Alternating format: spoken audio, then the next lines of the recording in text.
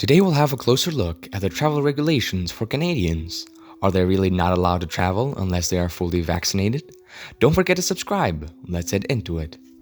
As the divide between those who are vaccinated for COVID-19 and those who aren't continues to grow, so does the list of things those who refuse to get the shot can do. While there isn't yet a nationally mandated vaccine passport or other proof of vaccination, a number of restrictions have already been introduced by governments and private organizations, barring those who have been immunized against the coronavirus from holding certain jobs, visiting certain places, and attending particular events. What are the travel regulations for Canadians? People who refuse COVID-19 vaccination will not be permitted to board domestic flights in Canada or travel intra-provincially on trains unless they have medical expectations. A Liberal leader, Justin Trudeau, said Wednesday, for the first time ruling out any accommodation for unvaccinated travelers. Mr. Trudeau made his comments at a campaign stop in Vancouver in response to a question about whether a re-elected Liberal government would offer alternatives for people who aren't inoculated against the novel coronavirus. He said he would implement the new restrictions if he forms the next government. He said that they would, absolutely unequivocally on that, because this is how we get through this pandemic. Will there be a vaccine mandate? The Liberals have made a proposed vaccine mandate a key issue in the federal election campaign. The police was announced by the government 2 days before Mr. Trudeau called a snap election on Sunday, but it was initially unclear whether unvaccinated people without medical exemptions would be able to avoid restrictions, such as taking rapid COVID-19 tests. The party has provided few details on how the mandate will work or be enforced. It would apply to federal civil servants, federally regulated industries, domestic air travelers, and interprovincial rail, bus, and cruise passengers. It appeared briefly that the Liberals would offer some form of accommodation to federal civil servants who refused vaccine, possibly by allowing them to take rapid tests. But on Tuesday, Mr. Trudeau said that information, which was contained in an online government memo, was inaccurate, and that there would be consequences for federal employees who don't get immunized. How many Canadians are already vaccinated?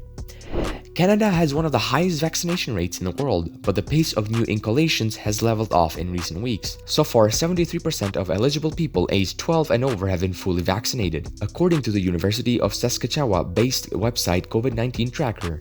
In total, 24.3 million Canadians have been fully vaccinated, leaving millions who are not protected against COVID-19 and therefore wouldn't be allowed to board a plane or travel by rail interprovincially if the Liberals are re-elected. On August 13th, before the start of the campaign, Transport Minister Omar Alghabra said the vaccine mandate for travelers would be in place by no later than the end of October.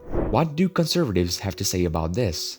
Conservative leader Erin O'Toole has said this party would not impose mandatory vaccines on public servants or travelers. Rather, he said, under a Conservative government, unvaccinated federal civil servants would be required to take daily COVID-19 tests, and unvaccinated travelers would be required to present recent negative test results or pass rapid tests before getting on buses, trains, planes, or ships. Mr. Tooley also has said he will require unvaccinated Conservative candidates to take daily tests. What do the airlines say? Toronto-based Porter Airlines announced its new SAF vaccination policy on Wednesday. It would require employees to be fully vaccinated or to present negative COVID-19 tests within 72 hours of the start of their shifts. But the policy does not go as far as the Liberals' proposal to mandate vaccination for federally regulated employers or workers. If the airline said it supports the government's plan to require full vaccination for air travelers, once specific requirements from the government regarding travel and federal airline employees are known, Porter will follow the guidelines. Michael DeLuce, Porter's president and CEO, said in a statement. WestJet too said in a statement that it was committed to working with the federal government and that it was awaiting more details on the domestic air travel requirements.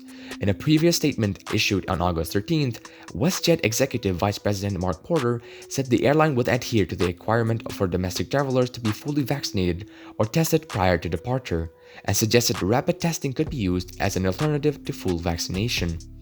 The earlier statement said that the airline group is advocating the rapid antigen testing is an acceptable, accessible, and affordable alternative for unvaccinated travelers, Air Canada did not comment on Mr. Trudeau's remarks. It said in a statement last week that it is awaiting further details from the government about mandatory vaccination for travelers. It called the proposed requirement a welcome step. How Canada finds travelers who forged COVID-19 testing and vaccination results. Canada has fined 2 travelers arriving from the US who, officials say, forged COVID-19 testing and vaccination documents. Each was fined $16,000 after inspectors at the Toronto airport found their vaccine cards and proof of testing were fake. It comes as Canada is set to ease travel restrictions on US visitors. Around the world, nations are grappling with how to reopen their borders to travel amid a first surge. According to the statement from the Public Health Agency of Canada, the 2 unnamed travelers had entered Canada from the US during the week of 18th of July. Canada loosened the requirements for international travelers on July 5th. Anyone entering the country must be provided proof of vaccination. The unvaccinated have to submit to multiple tests and stay for 3 days in a government-run hotel before quarantining for 14 days. The Canada Border Services Agency, which inspects COVID travel documents for authenticity, determined that the duo had faked the documents that they had uploaded to the government's ArriveCan travel website. If you enjoyed getting to know more about the Canada's travel regulations, share this video with your friends and hit the like and subscribe button. Stay tuned to learn more about the fascinating places you can visit around the world. I'll see you in the next video.